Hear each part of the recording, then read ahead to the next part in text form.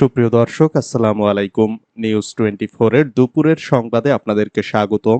প্রথমেই জানিয়ে দিচ্ছি সংবাদ শিরোনাম। দ্বাদশ সংসদ নির্বাচন নিয়ে এবার বিস্ফোরক মন্তব্য কাদের মির্জার। বাজেটকে যে কারণে বেনজির আজিজ বান্ধব বললেন নূর। নরেন্দ্র মোদীর শপথ অনুষ্ঠান, নয়াদিল্লির উদ্দেশ্যে ঢাকা ছাড়লেন প্রধানমন্ত্রী। ডেনমার্কের প্রধানমন্ত্রীর উপর হামলা। বেনজিরের সাভানা পার্কের নিয়ন্ত্রণ নিল জেলা প্রশাসন। নির্ভার সরকার হঠাৎ আজিজ বেনজিরকে নিয়ে বেকায়দায়। এতক্ষণ শুনছিলেন সংবাদ শিরোনাম। পুরো খবর পেতে ভিডিওটি শেষ পর্যন্ত দেখুন। সর্বশেষ সংবাদ পেতে চ্যানেলটি সাবস্ক্রাইব করুন। এবার বিস্তারিত। দ্বাদশ সংসদ নির্বাচন নিয়ে এবার বিস্ফোরক মন্তব্য কাদের মির্জার। নোয়াখালীর কোম্পানীগঞ্জ উপজেলা আওয়ামী লীগের সভাপতি ও বসুরহাট পৌরসভার মেয়র আব্দুল কাদের মির্জা বলেছেন, সদ্য সমাপ্ত উপজেলা পরিষদ নির্বাচনের চেয়েও বেশি অনিয়ম হয়েছে, ভোটে অনিয়ম না, আমাদের নেতাকর্মীদের অনিয়ম হয়েছে গত পার্লামেন্ট নির্বাচনে। 10 থেকে 15 জন 20 জন নারী এনে 500 টাকা করে দিয়ে দাঁড় করিয়ে রাখা হয়েছে। কোন অফিসার কিংবা আমরা যখন যাই সেখানে তখন তাদের দাঁড় করিয়ে দেওয়া হয়েছে। ভোট হয়েছে এই সিস্টেমে। মিথ্যা কথা বলছি না। এবারের উপজেলা পরিষদ নির্বাচনে ওনারা অনিয়ম করেনি। চর কাকড়ার 7 নম্বর ওয়ার্ডে এক ছেলে আমাদের সঙ্গে থেকে 100 ভোট একসঙ্গে মেরেছে দোয়াত কলম প্রতীকে। আওয়ামী লীগের সাধারণ সম্পাদক এবং সড়ক পরিবহন ও সেতুমন্ত্রী ওবায়দুল কাদেরের ছোট ভাই বলেন, আমাদের সমাজ থেকে একটা জিনিস আমরা দূর করতে পারিনি, সেটা হলো দুর্নীতি। দুর্নীতি আমাদের সমাজের রন্ধ্রে রন্ধ্রে ঢুকে গেছে। এই থেকে আমাদের সমাজকে রক্ষা করতে হবে, এর কোনো বিকল্প নেই। যে শিক্ষকদের সবচেয়ে বেশি সম্মান করত দেশের মানুষ, সেই শিক্ষা প্রতিষ্ঠানগুলো আজকে সবচেয়ে বেশি দুর্নীতিতে ডুবে গেছে। শুক্রবার বিকালে বসুরহাট পৌরসভা মিলনায়তনে উপজেলা পরিষদের নবনির্বাচিত চেয়ারম্যান ও 2 ভাইস চেয়ারম্যানের সংবর্ধনা অনুষ্ঠানে প্রধান অতিথির বক্তৃতায় কাদের মির্জা এ মন্তব্য করেন। কাদের মির্জা বলেন, থানায় গিয়ে কারো ইজ্জত সম্মান থাকে না। টাকা দেবেন আপনি ভদ্রলোক, টাকা দেবেন না আপনি বের হয়ে যান। একটা সালিশও তারা শেষ করতে পারে না। থানায় ঘুরতে ঘুরতে মানুষের স্যান্ডেলের তলা ক্ষয় হয়ে গেছে, বিচার নাই। মানুষ আজকে বিচার পায় না। ন্যায় বিচার প্রতিষ্ঠা করতে হবে, এটার বিকল্প নেই। ন্যায় কথা বলতে গিয়ে নিজের পরিবারের বিরুদ্ধে যদি যায়, সে কথা বলতে হবে নবনির্বাচিত 3 জনপ্রতিনিধিকে। বাজেটকে যে কারণে বেনজির আজিজ বান্ধব বললেন নূর। গণ অধিকার পরিষদের সভাপতি নুরুল হক নূর বলেছেন, সরকার যে বাজেট দিয়েছে সেখানে বৈধ আয়ে কর দিতে হবে 30%, আর লুটপাট ব্যাংক ডাকাতির মাধ্যমে অর্জিত অবৈধ আয় দিতে হবে 15%। এভাবে সরকার লুটেরাদের পৃষ্ঠপোষকতা করছে। এই বাজেট সাধারণ মানুষের জন্য নয়, এই বাজেট আজিজ বেনজিরদের মতো লুটেরাদের জন্য। সাবেক আইজিপি বেনজির আহমেদ ও সাবেক সেনাপ্রধান জেনারেল আজিজ আহমেদের গ্রেপ্তার দাবিতে শুক্রবার জাতীয় প্রেস ক্লাবের সামনে আয়োজিত গণ অধিকার পরিষদের এক বিক্ষোভ সমাবেশে একথা বলেন তিনি।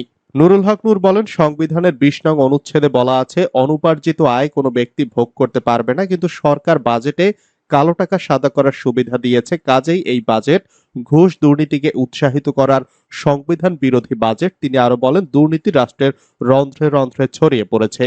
দেশে নির্বাচন, ভোট, গণতন্ত্র না থাকায় জবাবদিহিতাহীন সরকার প্রতিষ্ঠিত হয়েছে, আর সরকারের জবাবদিহিতা না থাকায় দুর্নীতি এখন স্বাভাবিক বিষয় পরিণত হয়েছে। দলের সাধারণ সম্পাদক রাশেদ খান বলেন, বেনজির দেশ ছেড়ে পালিয়েছে, ক্ষমতা হারালে আরো অনেককেই এভাবে দেশ ছেড়ে পালাতে হবে। নরেন্দ্র মোদীর শপথ অনুষ্ঠান, নয়াদিল্লির উদ্দেশ্যে ঢাকা ছাড়লেন প্রধানমন্ত্রী। ভারতের প্রধানমন্ত্রী হিসাবে নরেন্দ্র মোদীর শপথ গ্রহণ অনুষ্ঠানে যোগ দিতে নয়াদিল্লির উদ্দেশ্যে রওনা হয়েছেন প্রধানমন্ত্রী শেখ হাসিনা। শনিবার সকাল 10:15টার দিকে ঢাকা ত্যাগ করেন তিনি। মোদীর শপথ গ্রহণ অনুষ্ঠানে যোগদান শেষে 10 জুন দুপুরে দেশে ফিরবেন প্রধানমন্ত্রী। এর আগে বুধবার টেলিফোনে আলাপকালে শপথ গ্রহণ অনুষ্ঠানে যোগ দেওয়ার জন্য বাংলাদেশের প্রধানমন্ত্রীকে আমন্ত্রণ জানান নরেন্দ্র মোদী। শেখ হাসিনা এই আমন্ত্রণ সাদরে গ্রহণ করেন। ডেনমার্কের প্রধানমন্ত্রীর উপর হামলা। প্রকাশ্যে রাস্তায় হামলার শিকার হয়েছেন ডেনমার্কের প্রধানমন্ত্রী মিতে ফ্রেডরিকসেন। দেশটির রাজধানী কোপেনহেগেনের একটি এলাকায় এই হামলার ঘটনা ঘটে। এই ঘটনায় এক ব্যক্তিকে গ্রেপ্তার করেছে পুলিশ। ডেনমার্কের TV2 এর খবরে বলা হয়, এই হামলার শিকার হওয়ার আগে প্রধানমন্ত্রী ইইউ নির্বাচনে তার দল সোশ্যাল ডেমোক্রেট প্রার্থী ক্রিস্টেল সেলডেমোজের সঙ্গে এক নির্বাচনী কাজে অংশ নিয়েছিলেন। এই হামলার ঘটনা দেশটিতে ইউরোপীয় ইউনিয়নের নির্বাচনের মাত্র 2 দিন আগে ঘটল। প্রধানমন্ত্রী মিতে ফ্রেডরিকসেনের উপর কেন এই হামলার ঘটনা ঘটল তা তদন্ত করা হচ্ছে বলে জানিয়েছে পুলিশ। তবে তাৎক্ষণিকভাবে এর চেয়ে বেশি কিছু জানায়নি তারা। বেনজিরের সাভানা পার্কের নিয়ন্ত্রণ নিল জেলা প্রশাসন। জমি ও সড়ক দখল সহ বিপুল অবৈধ সম্পদ অর্জন করেছেন পুলিশের সাবেক মহাপরিদর্শক বেনজির আহমেদ ও তার পরিবার। আদালতের নির্দেশে এবার তাদের নামে গোপালগঞ্জে করা Savannah eco resort and natural পার্কে রিসিভার নিয়োগ করে নিয়ন্ত্রণ নিয়েছে জেলা প্রশাসন। শনিবার সকাল থেকে গোপালগঞ্জের জেলা প্রশাসকের নির্দেশনা অনুযায়ী পার্কের যাবতীয় কার্যক্রম চালু থাকবে। গতকাল শুক্রবার সন্ধ্যায় গোপালগঞ্জ জেলা প্রশাসন এবং মাদারীপুর ও গোপালগঞ্জের দুর্নীতি দমন কমিশনের 2টি দল পার্কে অবস্থান নেয়।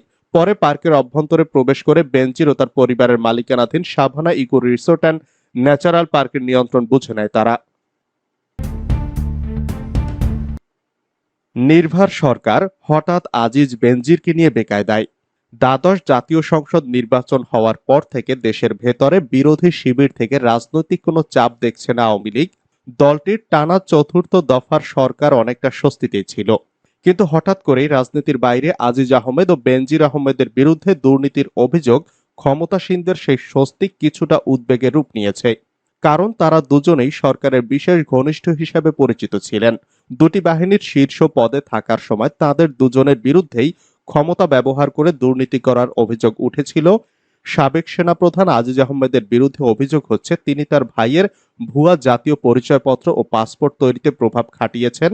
আর সাবেক পুলিশ প্রধান বেনজির আহমেদের আয় বহির্ভূত বিপুল সম্পদের খোঁজ পাওয়া যাচ্ছে। আওয়ামী লীগ নেতাদের কেউ কেউ মনে করেন আজিজ বেনজিরের ঘটনা সরকারের ভাবমূর্তিতে আঘাত করেছে, যা সরকারকে অনেকটা বেকায়দায় ফেলেছে। আন্তর্জাতিক সম্পর্কের ক্ষেত্রেও এর প্রভাব পড়েছে।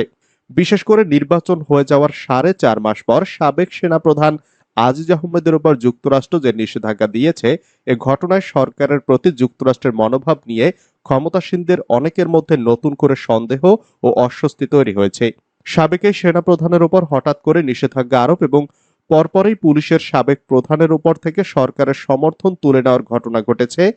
অথচ র্যাব ও বাহিনীটির 7 জন কর্মকর্তার উপর যুক্তরাষ্ট্র যখন 2021 সালে নিষেধাজ্ঞা দিয়েছিল, সে সময় আওয়ামী লীগ ও সরকারকে যতটা সোচ্চার দেখা গেছে, আজিজের ব্যাপারে সেটা দেখা যাচ্ছে না। অন্যদিকে বেনজিরের উপর সমর্থনের ছাতা কেন গুটিয়ে ফেলা হলো, সেটাও অনেক আওয়ামী লীগ নেতার পুরোপুরি বোধগম্য হচ্ছে না। সরকার যে দুর্নীতিকে গুরুত্ব দিচ্ছে, আমেরিকার কাছে তার প্রমাণ দেওয়ার একটা প্রয়াস হতে পারে বলে কেউ কেউ মনে করেন। আওয়ামী লীগের জেলা ও কেন্দ্রীয় পর্যায়ের 11 জন নেতার সঙ্গে কথা বলার সময় তাদের মধ্যে এই মনোভাব লক্ষ্য করা গেছে। তারা বিশ্বাস করেন জেনারেল আজিজ আহমেদের উপর যুক্তরাষ্ট্রের নিষেধাজ্ঞার বিষয়টি রাজনৈতিক এবং তাদের সিংহভাগেই ধারণা করছেন আন্তর্জাতিক সম্পর্কের ক্ষেত্রে শেখ হাসিনা সরকারের অবস্থান নিয়ে আমেরিকা এখনো অসন্তুষ্ট। এক্ষেত্রে চীনের সঙ্গে বাংলাদেশের ভালো সম্পর্কের বিষয় একটি সন্দেহ কেন? যুক্তরাষ্ট্রের সঙ্গে আওয়ামী লীগ সরকারের একটা আনুষ্ঠানিক সম্পর্ক রয়েছে, তবে এই সম্পর্ক ঘনিষ্ঠ বন্ধুত্বের পর্যায়ে যায়নি, বরং বিভিন্ন সময় সম্পর্কের টানাপোড়েন বেড়েছে। মানবাধিকার লঙ্ঘনের অভিযোগে 2021 সালের 10 ডিসেম্বর র্যাপিড অ্যাকশন ব্যাটালিয়ন এবং বাহিনীর তৎকালীন প্রধান বেনজির আহমেদ সহ সাবেক ও বর্তমান 7 জন কর্মকর্তার উপর নিষেধাজ্ঞা দেয়। সেই সরকার ও আওয়ামী লীগের বিভিন্ন পর্যায় থেকে ক্ষুব্ধ প্রতিক্রিয়া দেখানো হয়েছিল। এরপরও যুক্তরাষ্ট্র বিভিন্ন সময় মানবাধিকার ও সুশাসনের প্রশ্নে বাংলাদেশ সরকারের উপর চাপ দিয়েছে। সর্বশেষ গত 7 জানুয়ারির নির্বাচনকে কেন্দ্র করে যুক্তরাষ্ট্রের ভিসা নীতির বিধিনিষেধ সম্পর্কে তিক্ততা সৃষ্টি করেছিল।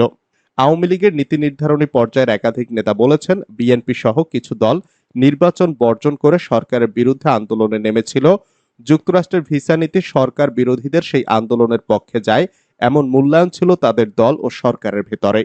তবে নির্বাচনের পর গত কয়েক মাসে আওয়ামী লীগের ভেতর এক ধরনের স্বস্তির জন্ম নিয়েছিল যে সরকারের সঙ্গে আমেরিকানদের একটি বোঝাপড়া হয়ে গেছে। নির্বাচন হওয়ার 4 মাস পর গত মে মাসের মাঝামাঝি সময়ে ঢাকা সফরে এসেছিলেন যুক্তরাষ্ট্রের দক্ষিণ ও মধ্য এশিয়া বিষয়ক সহকারী পররাষ্ট্রমন্ত্রী ডোনাল্ড লু।